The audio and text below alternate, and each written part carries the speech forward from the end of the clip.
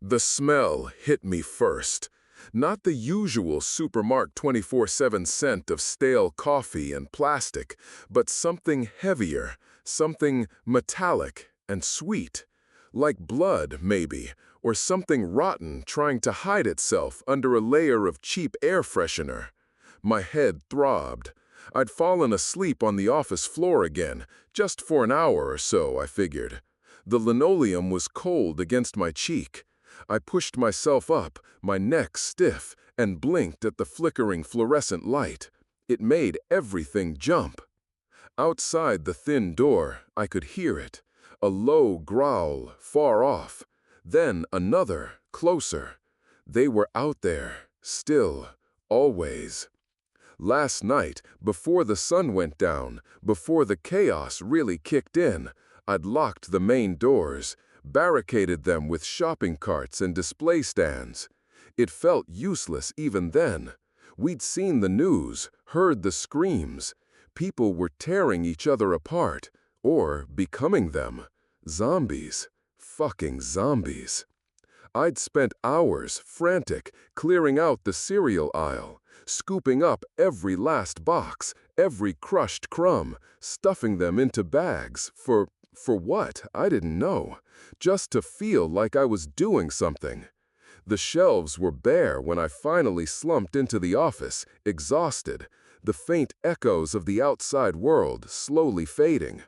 Just the hum of the refrigerators and the buzz of the lights, always the lights. Now, though, wandering out into the main store, my stomach a knot of hunger, I stopped dead. I had walked past the cereal aisle, and it wasn't empty. Not empty at all. Dozens of brand-new cornflakes boxes, neat rows, like someone had just finished stocking them, right in their old spots. I stared. My eyes felt gritty. I rubbed them hard, blinked again. Still there. Every single box. A tight, humorless laugh escaped my throat. "I'm too tired for this," I muttered. My voice barely a whisper in the echoing space. Must be. Just missed some last night. A small oversight. Yeah, that had to be it. Too much adrenaline, too little sleep.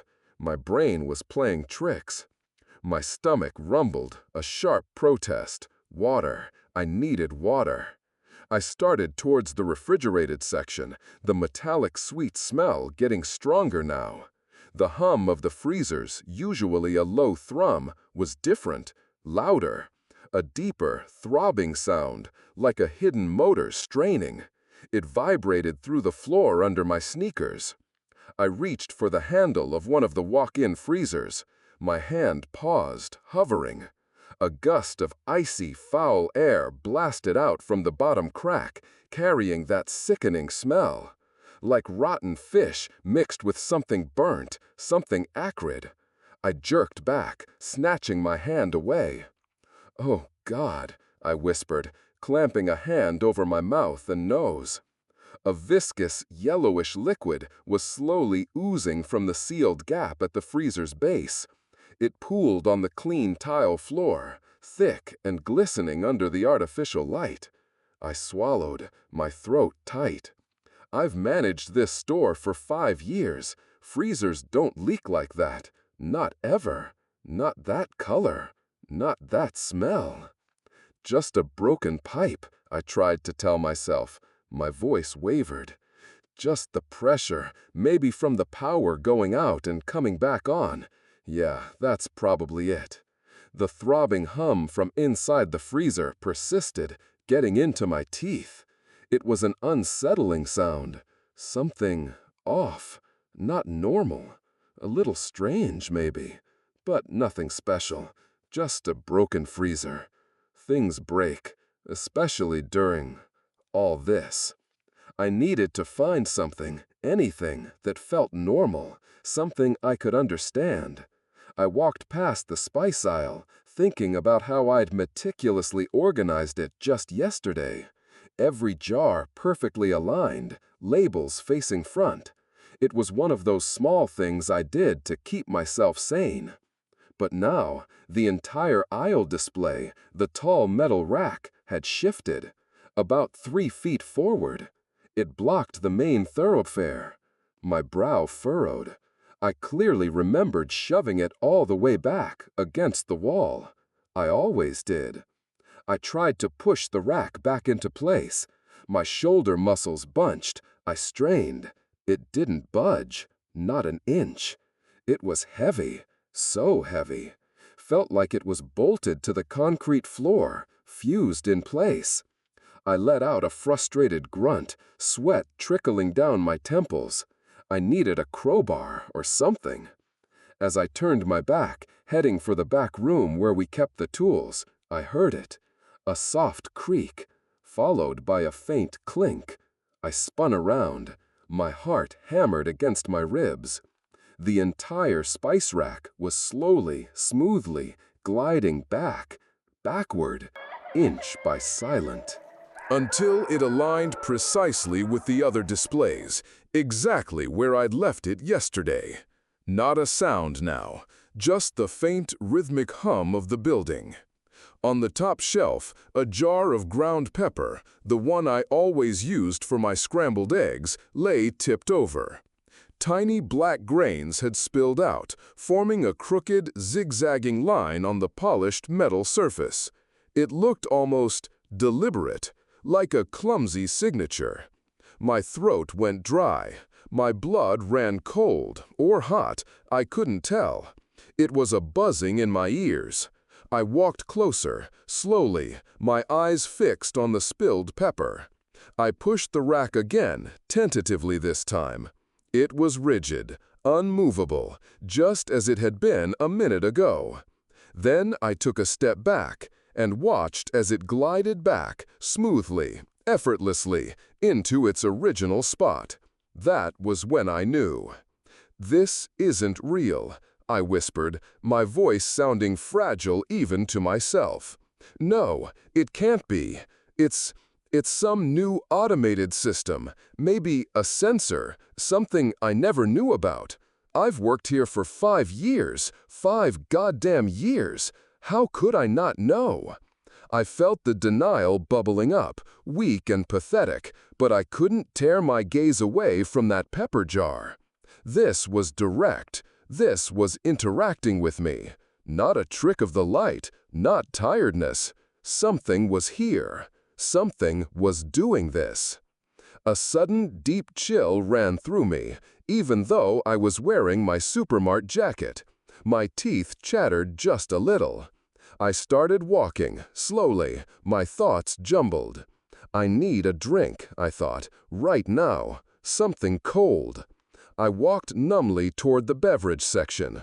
Above one of the shelves, where the electronic price tags usually displayed discounts or product names, a sign began to flicker. It pulsed with a harsh red light. Then, big, blocky capital letters scrolled across it, burning into my vision. "Cold water in aisle 7. You are not alone." I froze. My hand flew to my mouth, my fingers trembling. It knew. It not only knew what I needed, but it knew what I was thinking. And it was trying to talk to me. Jesus Christ. "Aisle 7? But there is no aisle 7 here," I murmured, my voice barely audible. "This Supermart only has 6 aisles. We always only had 6 aisles." My eyes darted around, searching. Then, at the far end of what used to be a solid concrete wall, a new aisle had opened up, a gaping black maw stretching into the darkness. There, aisle 7. I took a step back, then another, my eyes glued to the newly formed passageway. It was like a wound in the side of the building, a place that shouldn't exist, dark and quiet and hungry-looking. Panic, cold and sharp, clawed at my chest. I turned, stumbling, and ran for the main entrance. The huge glass doors, which I'd taped and barricaded from the inside last night, were now different. I shoved against them with all my might. The doors didn't budge, not even a millimeter. They felt like solid concrete, like they were part of the wall itself. "No, no," I gasped, my voice hoarse. I ran to the back, to the employees-only door that led to the storage rooms and dumpster area. It was stuck, completely. I tried a side exit, one that led to the loading dock. Gone. Replaced by a smooth, unbroken stretch of cinder block. As I frantically searched, pounding on walls, trying every door, every possible escape route, I realized the terrifying truth. Every single exit was sealed shut, or simply gone. The lights in the supermart began to dim. Not all at once, but slowly, imperceptibly, just enough to cast longer, dancing shadows. Familiar aisles seemed to stretch, to warp. Corners I knew like the back of my hand suddenly held strange, dark alcoves, places that shouldn't be there, like gaping mouths in the architecture. This wasn't just a fortress. It was a trap. I slumped against a shelf, chest heaving, trying to calm my racing heart. I needed a minute, just a damn minute to think. I found my way back to the small office, the one with the single desk and the old CRT monitor, and sat down. This place, it was bad, but it was also full. Full of everything I needed, more than I needed. I had to use it. I had to make it work. For me, maybe for others. I could draw people in, build something. I could be the manager. That's what I did. I managed. I was planning, sketching out little maps of where trading posts could go, how to organize survivors, how to keep the perimeter safe. My hands were steady now. I'd wiped the desk clean earlier, removed all the dust and the old crusty coffee rings. Made things neat. Suddenly, the fluorescent light above my head flickered violently. Not just a soft buzz, but a harsh, blinding strobe. My eyes watered. The old monitor on my desk, which had been off, snapped to life. It displayed grainy black and white footage, surveillance footage. My heart jumped into my throat. It was me, earlier last night, my own past self desperately taping up the front doors, then making my rounds, locking everything down. The supermart felt so big, so empty around me in the old video. I watched, a strange, detached horror beginning to spread through me as the footage fast-forwarded through moments I remembered, things I had done. Then I saw it. In the bottom right corner of the screen, just at the edge of the frame, where the office door met the floor. A shadow. A tall, elongated shape. It wasn't just a shadow. It had contours, subtle lines within it that mimicked the angles of the shelving units, the flicker of the fluorescent lights. It slowly, deliberately oozed out from under my office door. It stood there, silently, behind the chair where I, my past self, sat slumped over the desk, head in my arms, exhausted. It just stood there, watching, for a long, long moment. Then it slowly receded back into the darkness beneath the door, disappearing. That night, I had been completely alone, or so I thought. But the supermart, it had been there, all along, waiting. And it had overwritten my memory. I cried out, a strangled sound, scrambling back, kicking the chair away. It clattered to the floor with a loud clang. I pressed myself against the wall, my breath coming in ragged gasps. I brought my hand up, trembling, and pressed it against the painted whiteboard surface. It was cold, so cold. But underneath my palm, I felt it, a faint, slow thrum, a heartbeat. I was not alone. I had never been alone. It had always been there. I stared at the monitor, now black again, reflecting my own distorted face. In the dim reflection, I saw it. A small, ragged scar on my temple. It definitely wasn't there before. I traced it with my finger. That foul, metallic, fishy smell from the freezer from earlier, it was still clinging to my fingertips. I was trapped. I knew that. But the truly terrifying thing was, I didn't know how long I'd been trapped. A day? A week? Or had I been here for much, much longer, and I had only just waken up? The fluorescent light in my small office hummed, a low, constant thrum that had become the sound of my life now. I had claimed this back room, pushed a few shelving units around, made a space for myself. It was clean, always clean. I liked things ordered. It made sense in a world that didn't. I stood there, in front of the makeshift mirror I'd salvaged from the cosmetics aisle. A full-length one, warped just a little at the edges, but good enough. I looked pretty good, all things considered. My hair was tied back, my Supermart uniform, though a little faded, was still presentable. And my smile? It was wide, maybe a little too wide, but it was there. A confident smile, the kind you gave when you were, well, the queen of Supermart. That's what they called me, some of them. In whispers, of course. To my face, it was always Alex, or boss. I blinked. My reflection didn't. Not right away, anyway. For a split second, maybe less, my own eyes in the glass just stared back, flat, unblinking. A cold, dead stare that wasn't mine.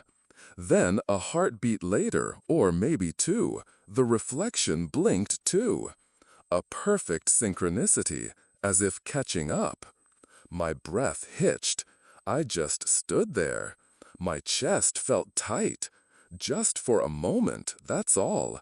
It was just a trick of the light. Or maybe the light itself was messed up, flickering just on the edge of what I could see. Too much coffee, I muttered, rubbing my eyes hard with the heel of my hand.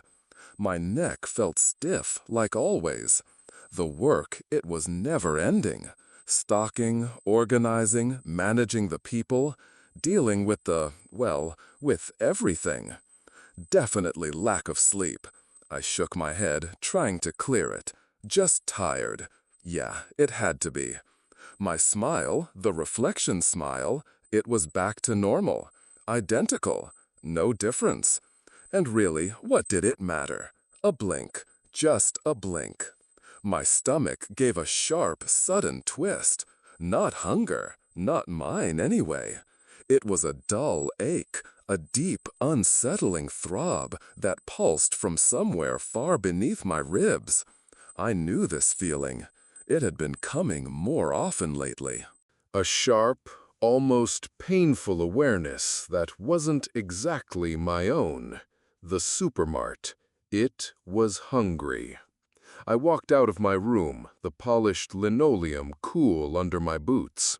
Every step I took felt heavy, like walking through treacle. The main store stretched out before me, vast and quiet, save for the constant drone of the old freezers and the buzz of the fluorescent lights. That drone, it was louder today, deeper. And the light, it just kept flickering. Not enough to really notice unless you watched it, but enough to make the edges of things shift. I headed for the meat section. That's where the ache usually was, strong and demanding. Passing the dairy, I could hear a distant, low moan. It wasn't the sound of machinery groaning under strain. No, this was different, organic. A low, pained rumble, like something alive, something very big, was hurting. As I neared the long, gleaming rows of meat freezers and fridges, the temperature dropped sharply. But it wasn't just the icy blast from the freezers. No, this cold was strange. It seeped into my bones from within. A chill that originated, somehow, inside me, radiating outwards. And then the moan again, louder this time. It vibrated right into my head, not through my ears, but directly into the core of my skull. An unpleasant echo that just wouldn't fade. Just the old compressors acting up, I said to myself, my voice thin. They're tired, like me. But the moan, it was still there. A dull, rhythmic oon, deep and vast. I pushed myself to walk faster. Every step felt like a fight.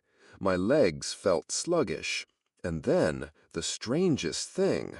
I would take a step, feeling the boot hit the tile, but the sound of that impact, it would come about 2 or 3 seconds later.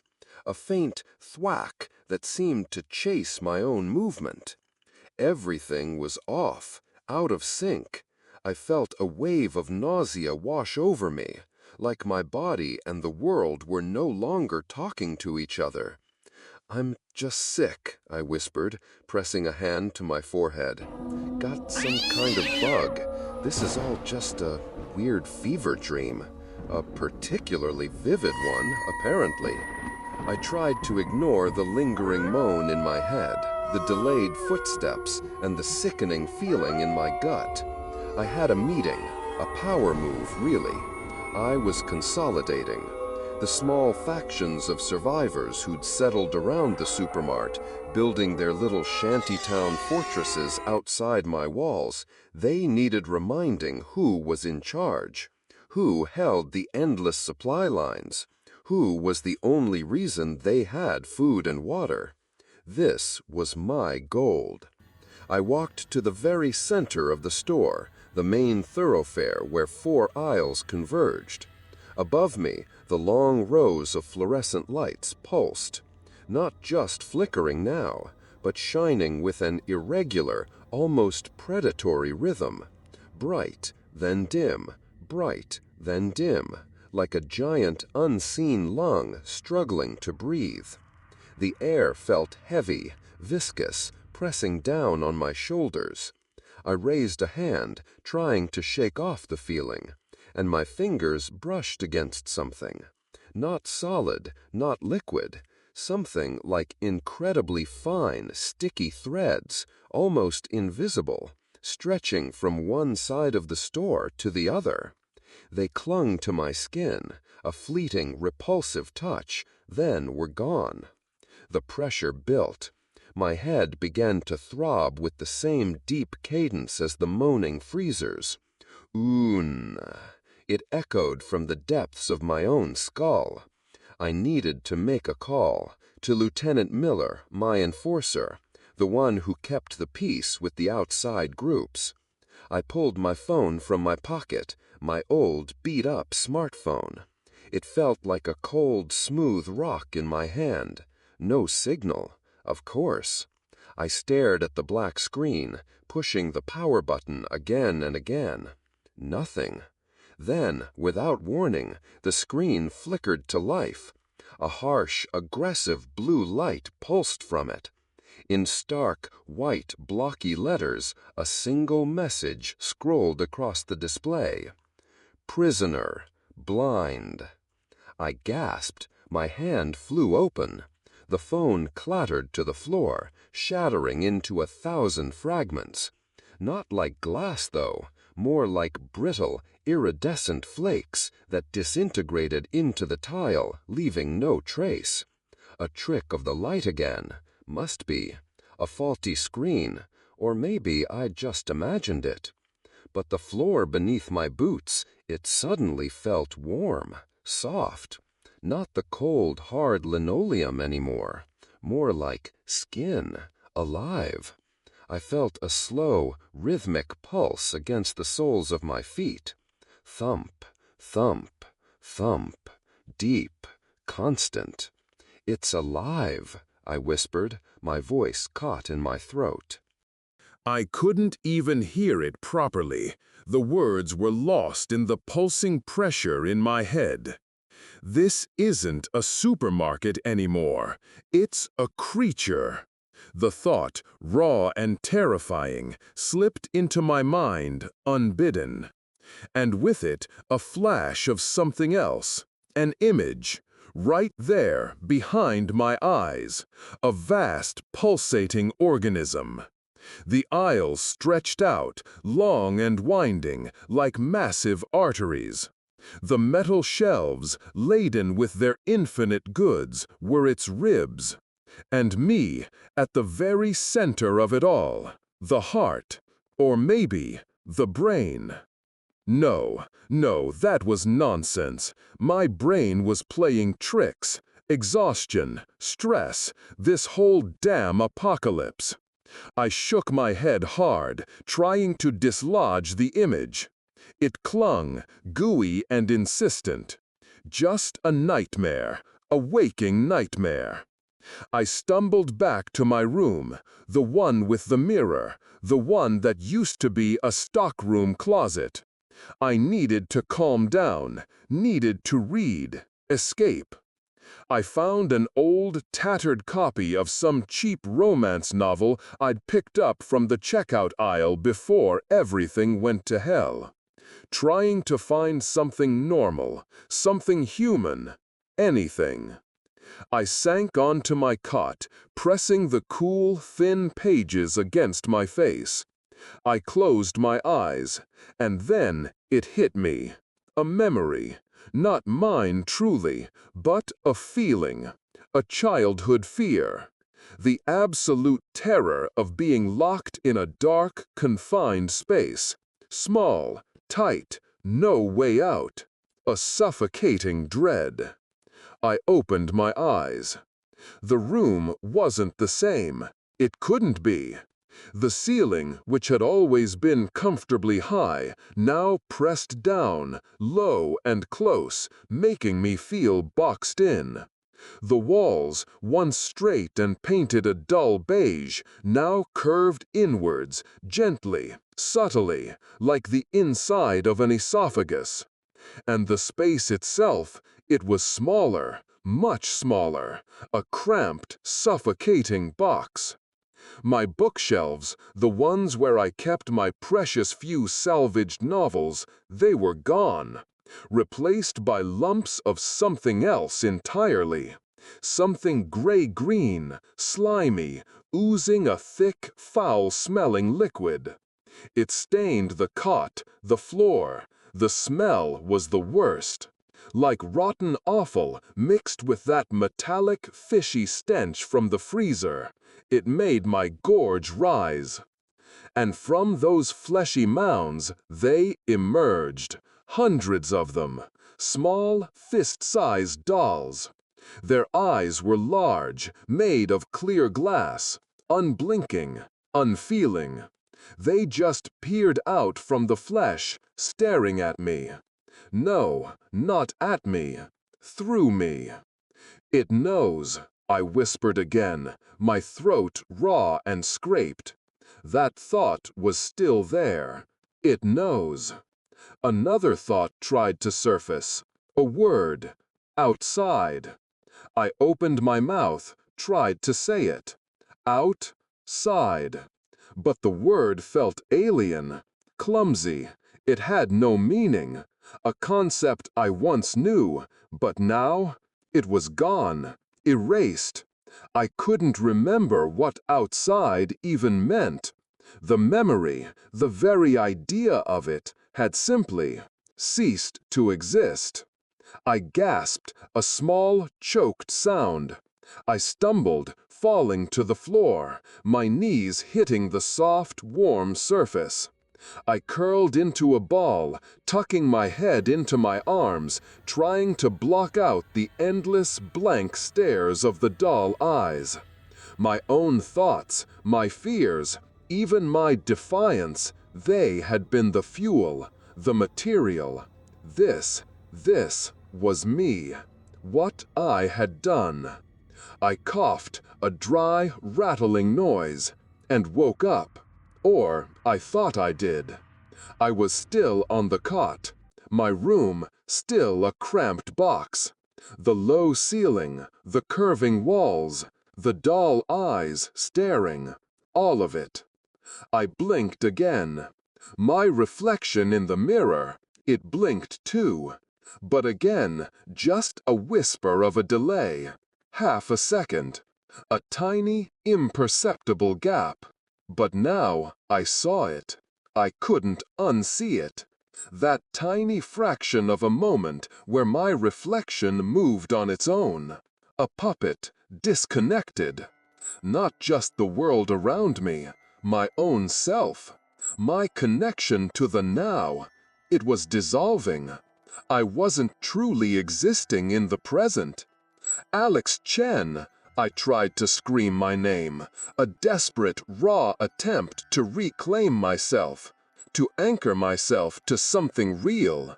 But the sound that came out, it wasn't my voice. No, it was a low, sibilant whisper, a chorus of whispers, thousands of voices overlapping, echoing from every corner of the supermart, from unseen aisles and vast, pulsating chambers. All of them murmuring, a dizzying cacophony that filled my head. I was not Alex Chen, not anymore.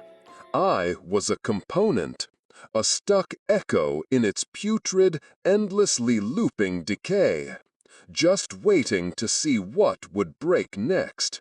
Or what part of me would break next. Suddenly, a distant explosion rattled the entire building.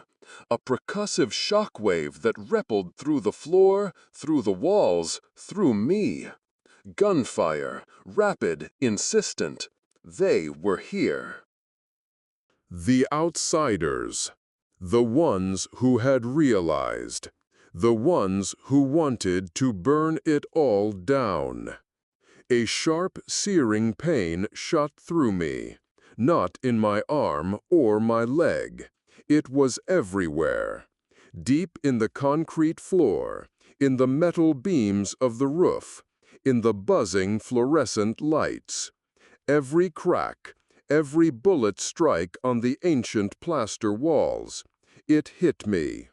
I gasped, a painful, drawn-out groan that merged with the pervasive moan of the supermarket itself. Protect us, 1,000 whispers hissed inside my head. Feed them. The supermart was speaking to me again, urgent, demanding. Its pain was my pain. Its needs were my needs. My body tensed, not with fear, but with a strange, dark resolve. The walls of my room, what little was left of them, began to writhe. The gray-green flesh rippled, and new glass eyes, hundreds more, popped open, blinking moistly. The air shimmered.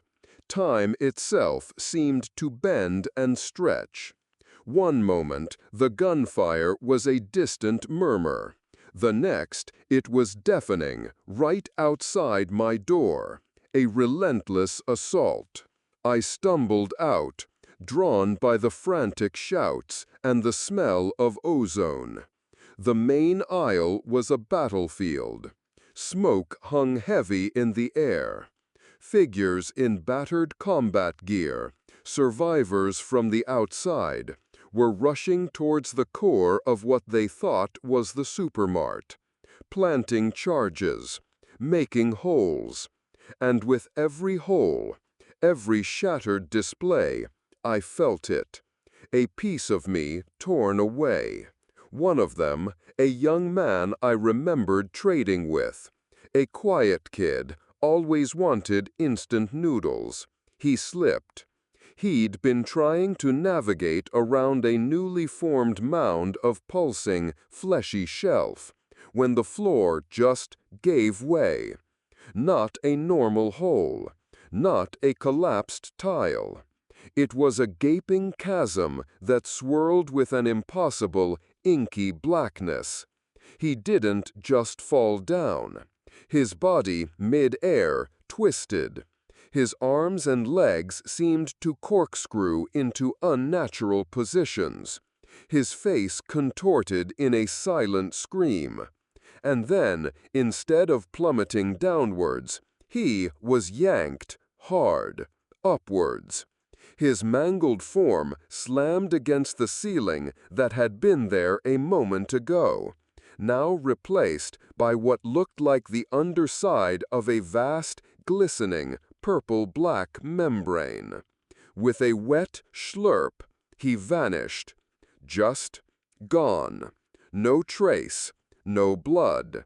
Just the gaping hole in the floor, and the new, empty expanse above. I looked at my hands, my own skin. Faint, lurid blue veins now pulsed beneath the surface. They didn't look like veins anymore. They pulsed with a cold, pale light, winding and branching out, like intricate electrical wires under thin tissue. Part of a circuit, a system. A soldier, one of Miller's men, saw me. He ducked behind a stack of canned goods, reloading his rifle. Our eyes met across the chaos. In his gaze there was no disgust, no fear, nothing but a vacant blankness. He wasn't seeing Alex Chen. He was seeing a structure, a part of this place, a monstrous living entity. He saw the manager. And then I felt it. A cold, deep certainty. I was assimilated. I no longer felt the pain as my pain, but its. The supermart's hunger, its growth, the groaning of the freezers, the rank, viscous fluid oozing from cracks in the walls, the ceaseless, metallic sweet smell that now seemed to fill every inch of my being. I was its nexus, its central processing unit, its brain. I felt the last remaining survivors, their desperate, stumbling footsteps, their frantic search for an exit. They went right, always right. But I had moved the aisles. I had reshaped the pathways. I guided them. They turned into new corridors, stretching endlessly, twisting, turning, never finding a way out of the supermart. I felt a cold sense of belonging, a connection that was absolute, unbreakable. I looked down at my fingers. They didn't move. But above me, on the long electronic price displays, a new message began to scroll. Not just one, all of them, in unison, pulsing with a soft, inviting green light. Open for new customers. Always room in here. Never ending. And from the vast, stretching reaches of the supermart, through its old, rusty intercom system, I heard it. My laughter. Only it wasn't just my laughter. It was 1,000 voices, 1,000 echoes, cold and razor-sharp, reverberating through every aisle, every corner. The neon lights in the supermart, those flickering, always-on, omnipresent lights, suddenly brightened, blazed, more brilliant than ever, illuminating the endless rows of perfectly stocked, brand-new goods, waiting, always waiting for the next lost soul. I was the architect of this perpetual expansion, an eternal existence, trapped in a victorious material empire, stripped of humanity, stripped of freedom. For